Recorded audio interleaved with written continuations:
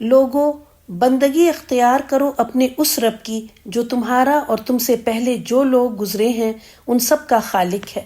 تمہارے بچنے کی توقع اسی صورت سے ہو سکتی ہے۔ وہی تو ہے جس نے تمہارے لیے زمین کا فرش بچھایا، آسمان کی چھت بنائی، اوپر سے پانی برسایا اور اس کے ذریعے سے ہر طرح کی پیداوار نکال کر تمہارے لیے رزق پہنچایا۔ پس جب تم یہ جانتے ہو تو دوسروں کو اللہ کا مد مقابل نہ ٹھہراؤ۔ اور اگر تمہیں اس امر میں شک ہے کہ یہ کتاب جو ہم نے اپنے بندے پر اتاری ہے یہ ہماری ہے یا نہیں، تو اس کے مانند ایک ہی صورت بنا لاؤ، اپنے سارے ہم نواؤں کو بلا لو، ایک اللہ کو چھوڑ کر باقی جس کی چاہو مدد لے لو۔ اگر تم سچے ہو تو یہ کام کر کے دکھاؤ، لیکن اگر تم نے ایسا نہ کیا اور یقیناً کبھی نہیں کر سکتے تو ڈرو اس آگ سے جس کا ایندھن بنیں گے انسان اور پتھر، جو مہیا کی گئی ہے منکرین حق کے لیے۔ اور اے نبی صلی اللہ علیہ وسلم، جو لوگ اس کتاب پر ایمان لے آئیں اور اس کے مطابق اپنے عمل درست کر لیں، انہیں خوشخبری دے دو کہ ان کے لیے ایسے باغ ہیں جن کے نیچے نہریں بہتی ہوں گی۔ ان باغوں کے پھل صورت میں دنیا کے پھلوں سے ملتے جلتے ہوں گے۔ جب کوئی پھل انہیں دیا جائے گا تو وہ کہیں گے کہ ایسے ہی پھل اس سے پہلے دنیا میں ہم کو دیے جاتے تھے۔ ان کے لیے وہاں پاکیزہ بیویاں ہوں گی اور وہ وہاں ہمیشہ رہیں گے۔ اللہ اس سے ہرگز نہیں شرماتا کہ مچھر یا اس سے بھی حقیر کسی چیز کی تمثیل دے۔ جو لوگ حق بات کو قبول کرنے والے ہیں وہ انہی تمثیلوں کو دیکھ کر جان لیتے ہیں کہ یہ حق ہے جو ان کے رب ہی کی طرف سے آیا ہے، اور جو ماننے والے نہیں ہیں وہ انہیں سن کر کہنے لگتے ہیں کہ ایسی تمثیلوں سے اللہ کو کیا سروکار۔ اس طرح اللہ ایک ہی بات سے بہتوں کو گمراہی میں مبتلا کر دیتا ہے اور بہتوں کو راہ راست دکھا دیتا ہے، اور اس سے گمراہی میں وہ انہی کو مبتلا کرتا ہے جو فاسق ہیں۔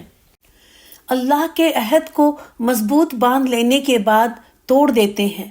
اللہ نے جسے جوڑنے کا حکم دیا ہے اسے کاٹتے ہیں اور زمین میں فساد برپا کرتے ہیں۔ حقیقت میں یہی لوگ نقصان اٹھانے والے ہیں۔ تم اللہ کے ساتھ کفر کا رویہ کیسے اختیار کرتے ہو حالانکہ تم بے جان تھے؟ اس نے تم کو زندگی عطا کی، پھر وہی تمہاری جان سلب کرے گا، پھر وہی تمہیں دوبارہ زندگی عطا کرے گا، پھر اسی کی طرف تمہیں پلٹ کر جانا ہے۔ وہی تو ہے جس نے تمہارے لیے زمین کی ساری چیزیں پیدا کی، پھر اوپر کی طرف توجہ فرمائی اور 7 آسمان استوار کیے، اور وہ ہر چیز کا علم رکھنے والا ہے۔ پھر ذرا اس وقت کا تصور کرو جب تمہارے رب نے فرشتوں سے کہا تھا کہ میں زمین میں ایک خلیفہ بنانے والا ہوں۔ انہوں نے عرض کیا، کیا آپ زمین میں کسی ایسے کو مقرر کرنے والے ہیں جو اس کے انتظام کو بگاڑ دے گا اور خریزیاں کرے گا؟ آپ کی حمد و ثنا کے ساتھ تسبیح اور آپ کی تقدیس تو ہم کر ہی رہے ہیں۔ فرمایا، میں جانتا ہوں جو کچھ تم نہیں جانتے۔ اس کے بعد اللہ نے آدم کو ساری چیزوں کے نام سکھائے، پھر انہیں فرشتوں کے سامنے پیش کیا اور فرمایا، اگر تمہارا خیال صحیح ہے تو ذرا ان چیزوں کے نام بتاؤ۔ انہوں نے عرض کیا، نقص سے پاک تو آپ ہی کی ذات ہے، ہم تو بس اتنا ہی علم رکھتے ہیں جتنا آپ نے ہم کو دیا ہے۔